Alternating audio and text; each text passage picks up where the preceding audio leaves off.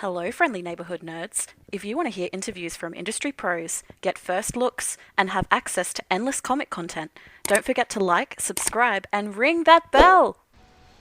What's up, friendly neighborhood nerds?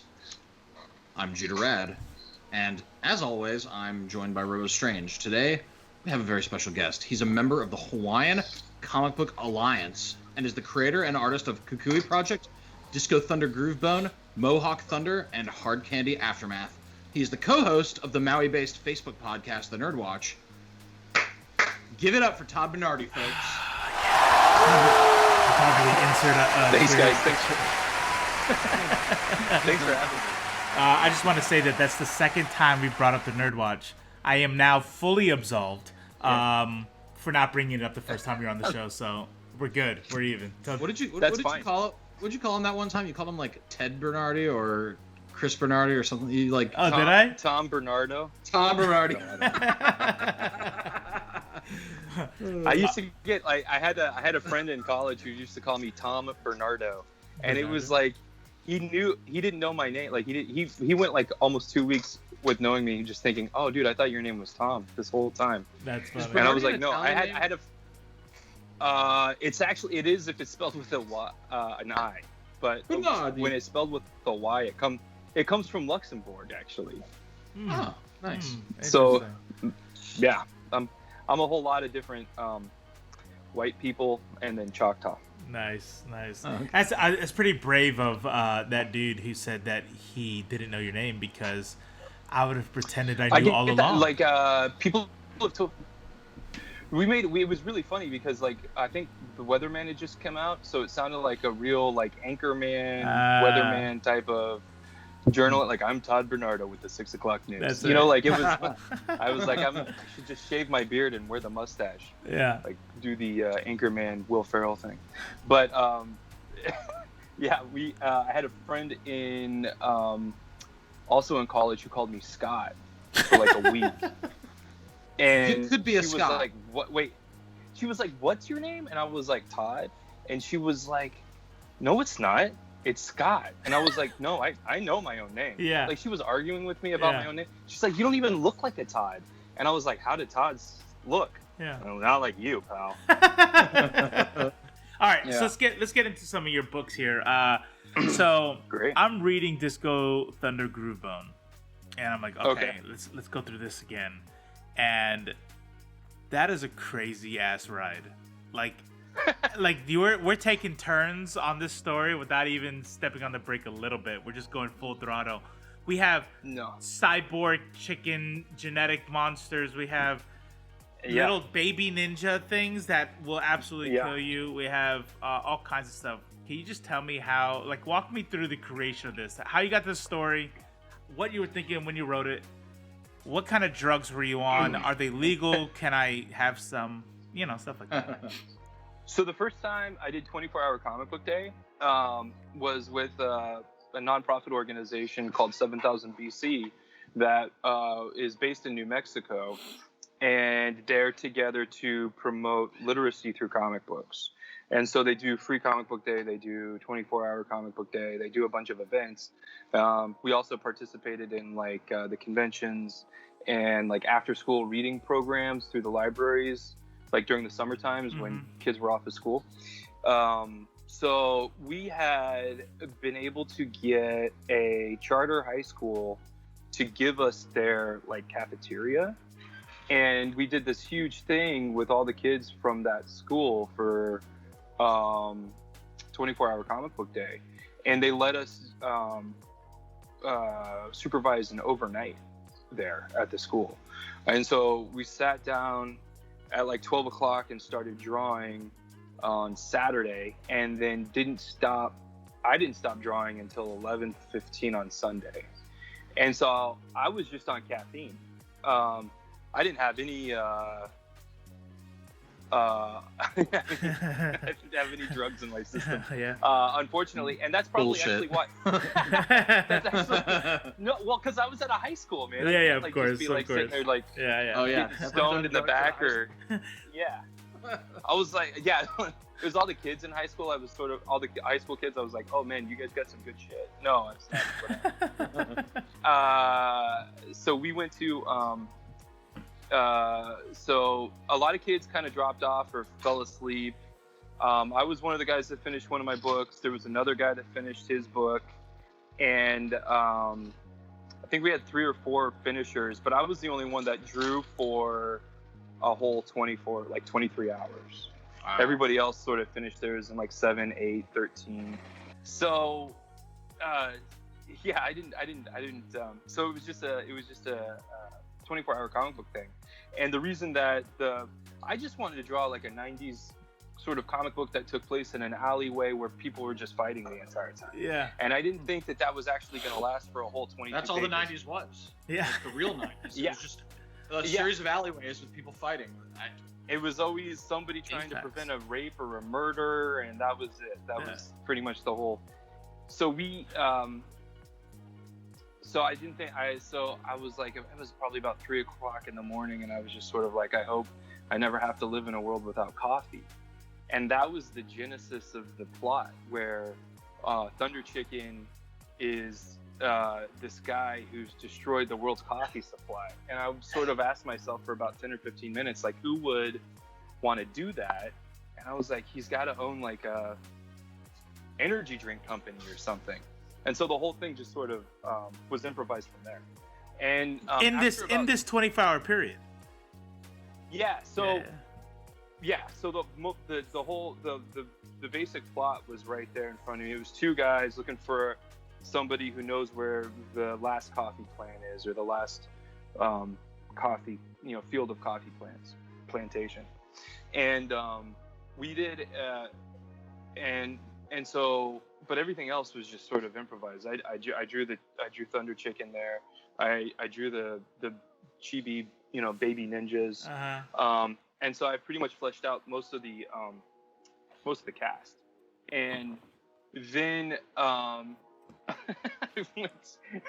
moved here, and I didn't like the artwork very much, because after you draw for 23 hours, the artwork goes. I was gonna say, yeah. I was going back and forth. I was drawing like 2 or 3 pages here, and then I was trying to draw 3 or 4 pages here at the end. And at the end of my 24-hour comic book, I kill off Disco Ball Jerry, and I had people read it. People read it, and they're like, "Why'd you kill the black guy? Why does the black guy always have to die?" That's right. Yeah. And I was like, "Oh shit, I should change that." So so we moved here, and my wife and I were engaged, and we were gonna get married. And I had been just pretty much basically drawing comics, and she was sort of. She was mad at me because I was just ignoring all my duties to plan the wedding. I was just like, and she was like, "Okay, we're gonna go do this convention, then we're gonna get married. After the convention, you have to help me with the wedding. You can't draw any comics." And I was like, "Okay, fine." Yeah. And so I told her that she'd go to sleep, and I tell her that I was gonna help plan the playlist for the music, and instead I was drawing the first issue of Disco Thunder Group. Dutiful husband. They say the best marriages are built on a foundation of lies. So. Yeah. She was, well, I mean, then our relationship is solid. Hey, thank you for the guy who's on a second marriage. Judas right. Yeah. Well, I mean, you got any other pearls of wisdom? Yeah. It'll come to me later. Okay, great.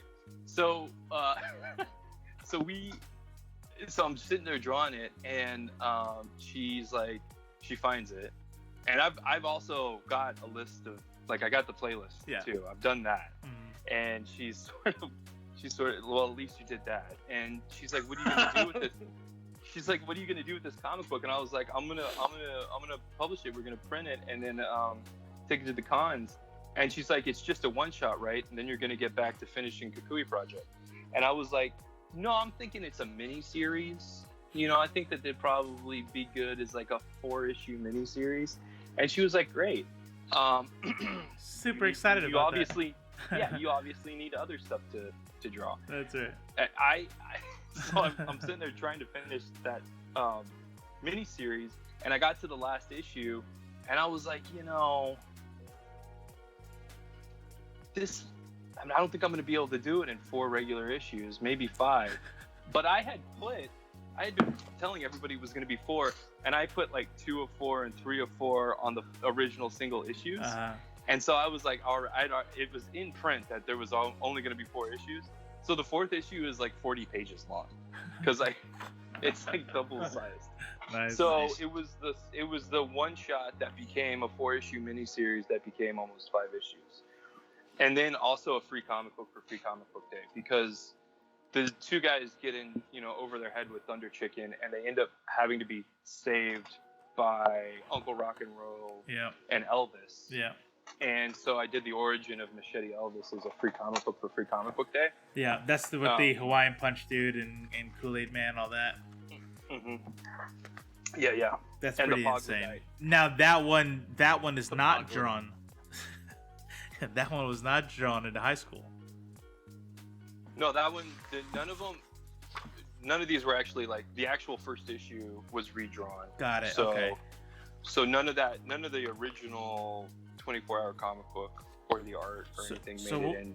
I'm gonna put some of these up on the screen. It looks. I'll just tell you, I don't believe you.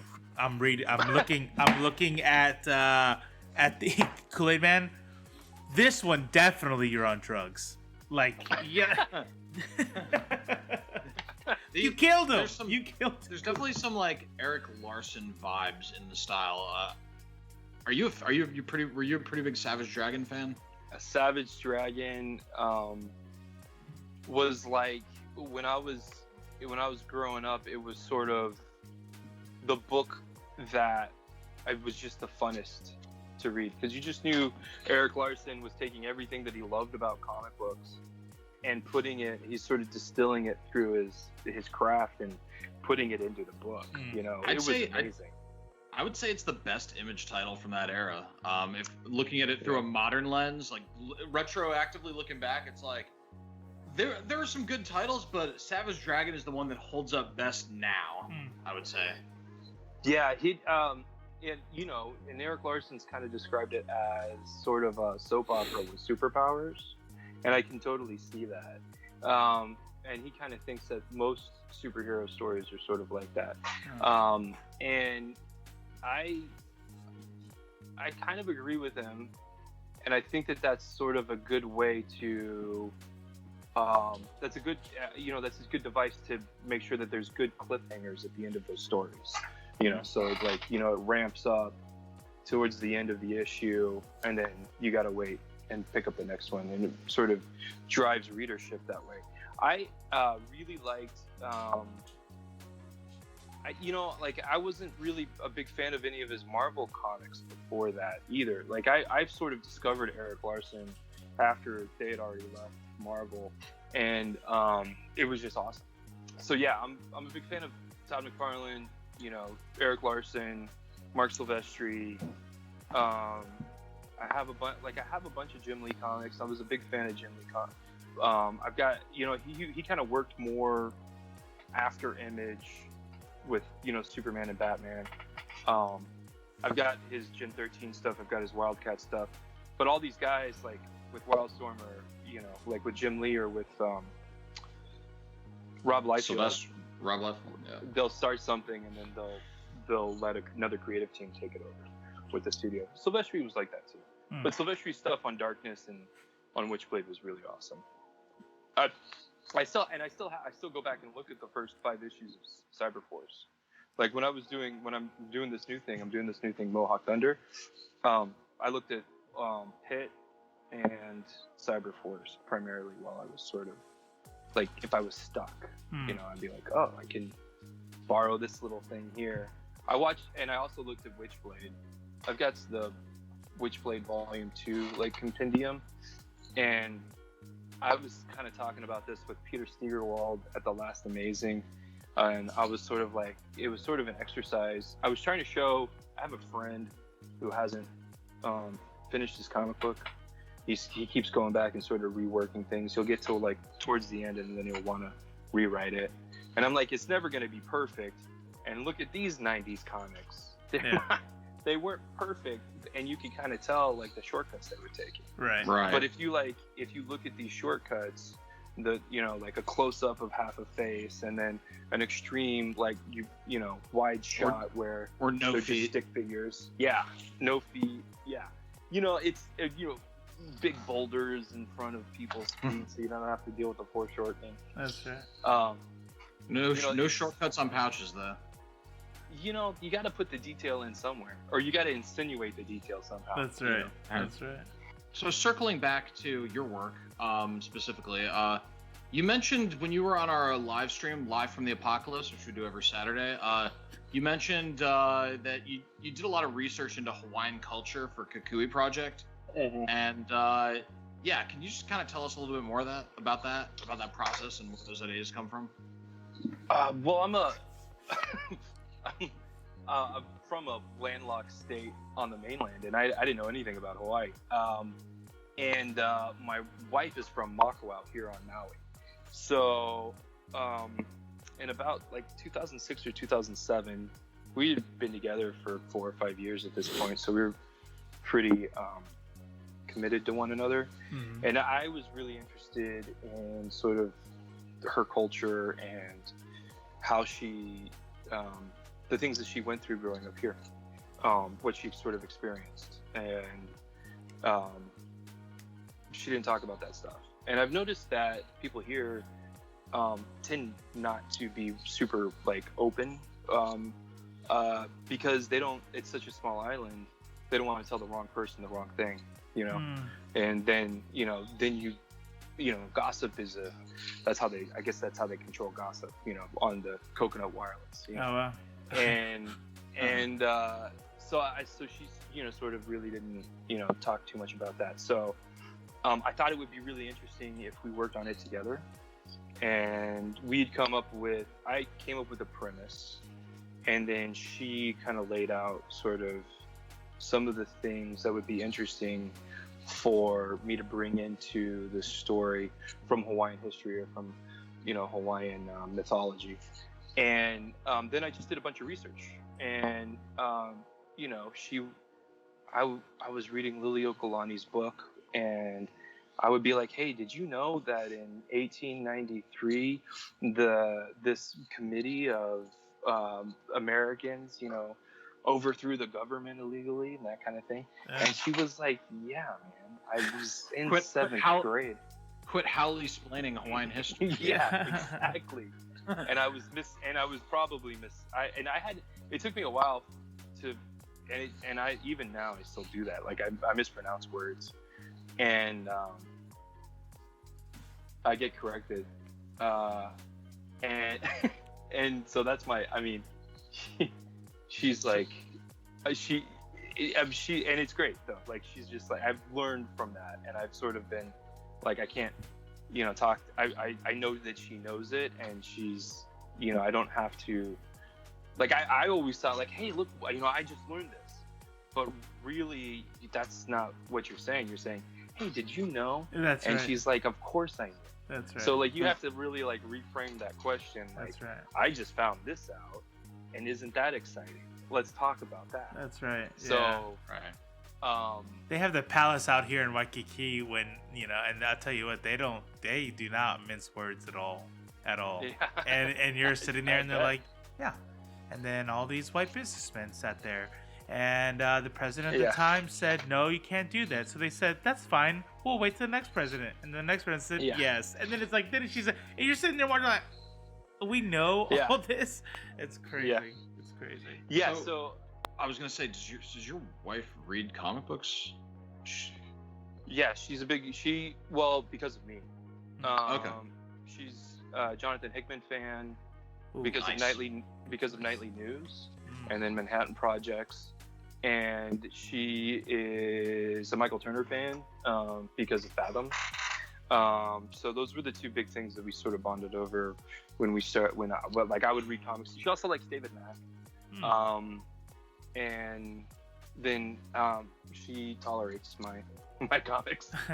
She always, I read that stuff out loud to her, and then she reads it out loud to me, so that we can sort of edit that stuff. And she's like, this is really repetitive. Are you sure you want to go that how much of this do you really want to put in there? Can we cut some of this out? I'm like, no, it's all important. That's right. Nice. How hard is it for you to take that kind of feedback from her? Because me, I don't. I show my wife, hey, this is funny, right?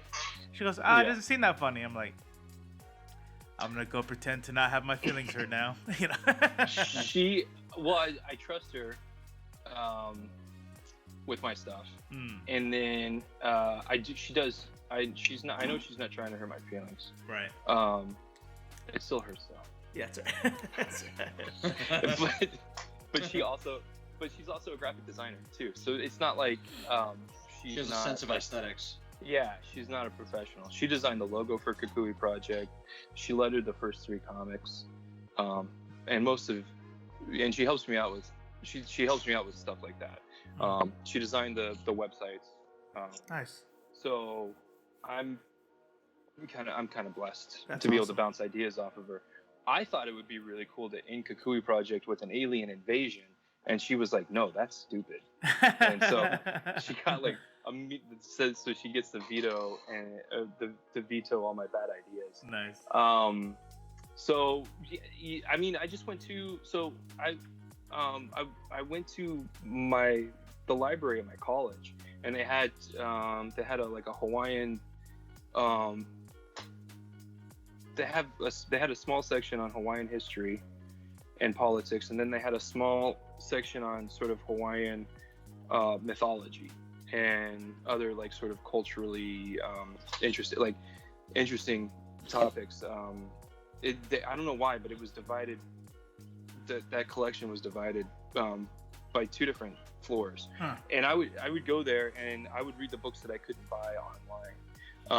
The big history book that I really like is A Shoal of Time by Gavin Dawes, and I've got that. I've got 2 copies of that. Hawaiian Mythology by Martha Beckwith was really important for me. Nice.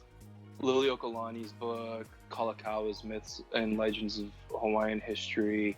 Then I read a bunch of like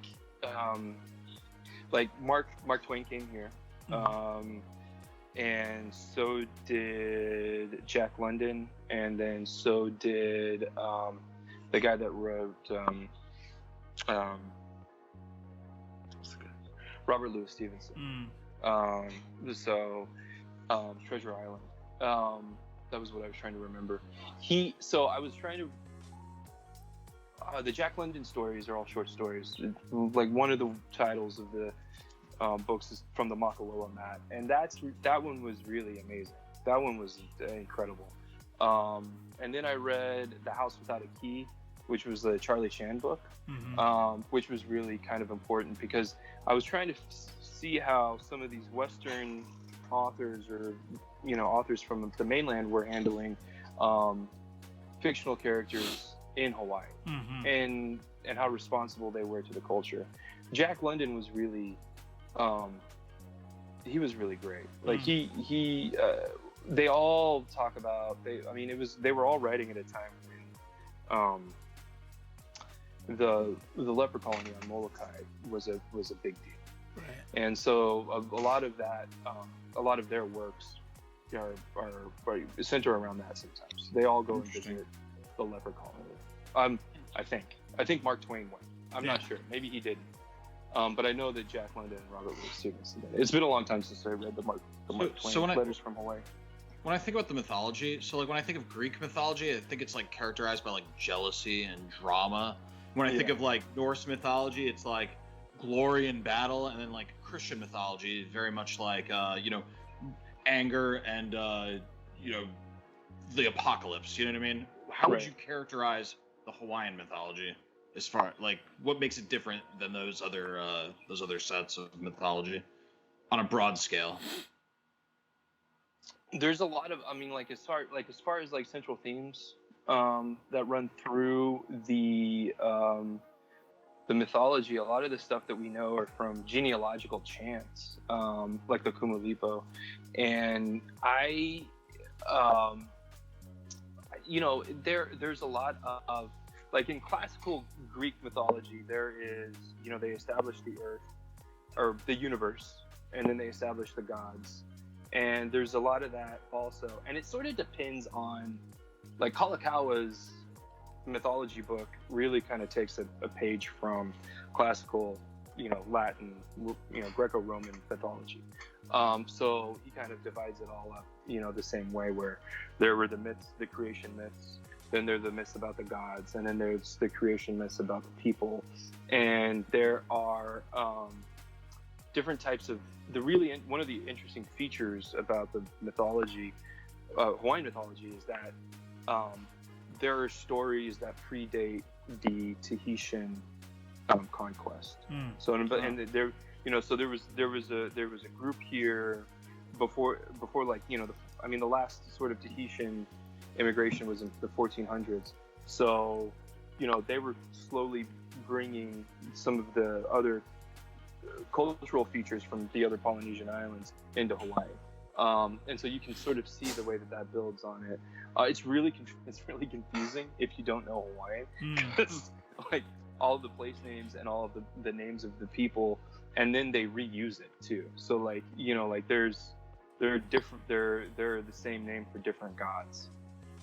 So you have to figure out if that's the Maui from that legend, or if that's a new Maui from a different legend. Okay. I would just say that there's a, like with the Beckwith book, it's very comparative. So she's doing it's anthropological sort of research into the Polynesian cultures and what the features of the myths say about their sort of religious beliefs. And so she's really trying to determine that and the way that affected daily life. And then the Kalakaua stuff is a little bit more fantastical. There's a little bit more like jealousy and stuff like that, where the kings are battling in these epic battles, And so there's a lot of it also, there's phenomenological reasons and explanations through myths, Right. So there's actually myths about snow in Hawaii, right? When you wouldn't expect that, right? A lot of the myths center around Pele and the phenomenon of the volcano. There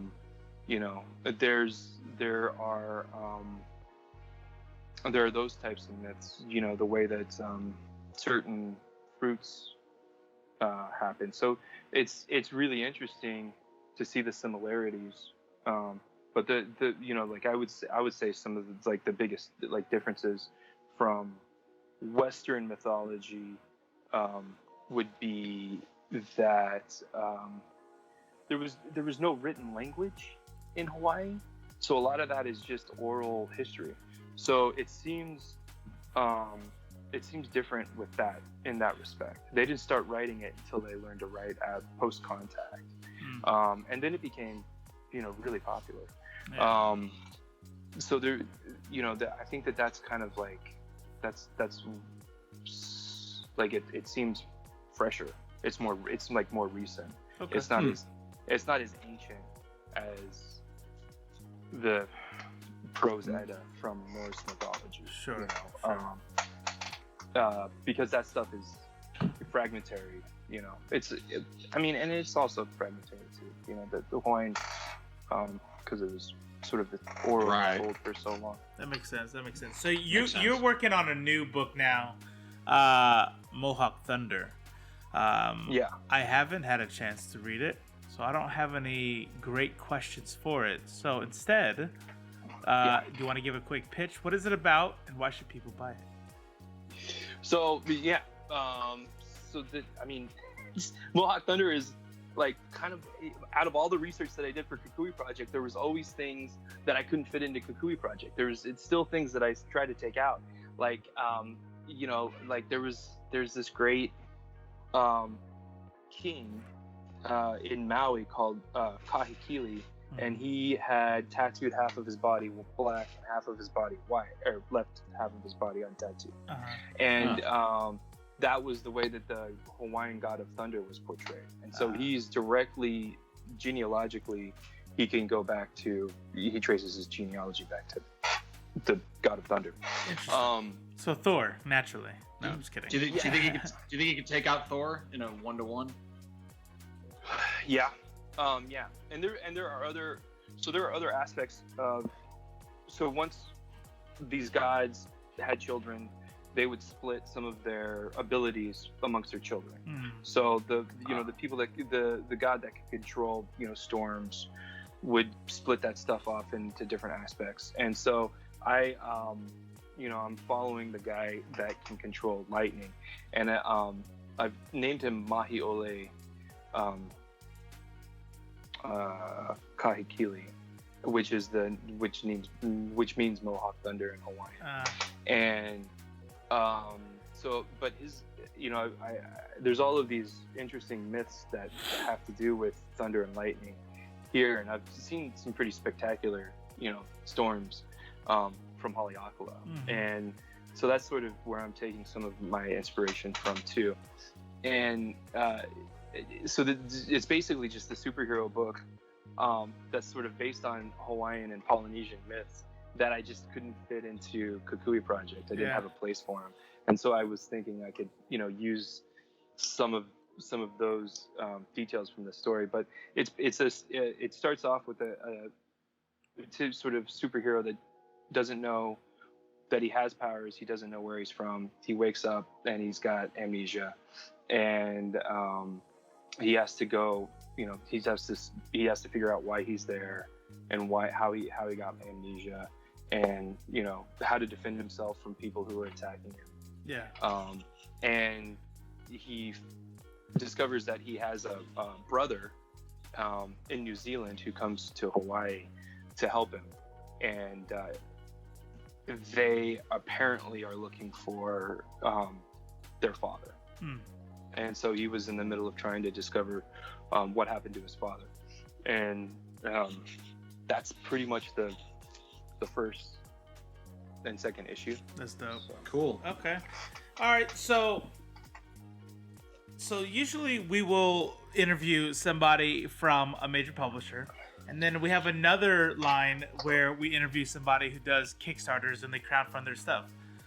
You self-publish, and do you kickstart? Like how do you get these published? How do you do that?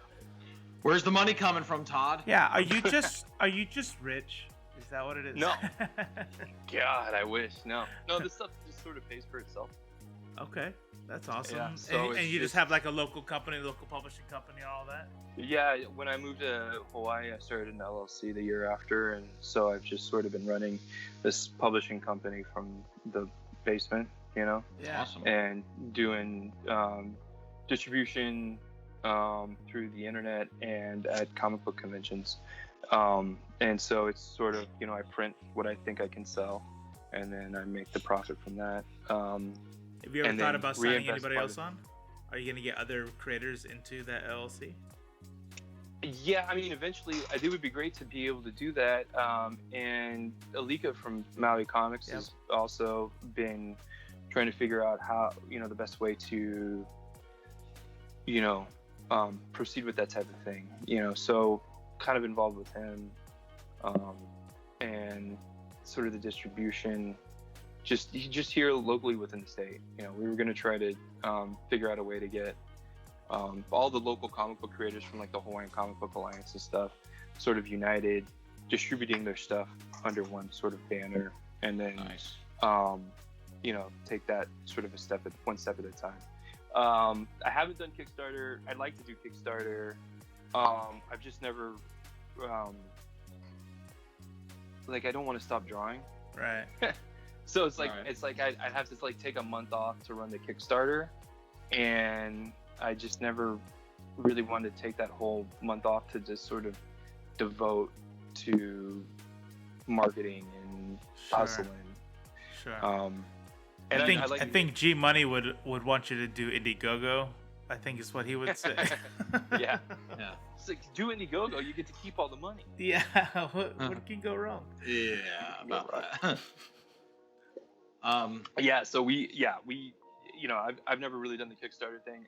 I've known people that have done it, didn't make it, and then quit. you know, and then and it was a serious sort of setback. They say to start small with Kickstarter. Yeah. A lot of people put too much on the line, and really, the advice that I've heard is start with a reasonable goal that it has a high chance of success. And you don't try to like change the world with your first Kickstarter. Right. Yeah. The successful ones I know like don't they're not asking for thousands and thousands of dollars right off the bat. Right. So yeah, for me, like my attitude with Kickstarter was like, yeah, I'd eventually probably try it out. It kind of depends. It's working for Keanu Reeves. Yeah. That's right. Yeah. That's right. Yeah. I mean, that's really all. If you want us to be the face of your comic, we could do that for you, or you could try to get Keanu Reeves if you ever do a Kickstarter. So okay. We're beautiful men, so. Well, I'd rather have you guys than Keanu Reeves. Whoa.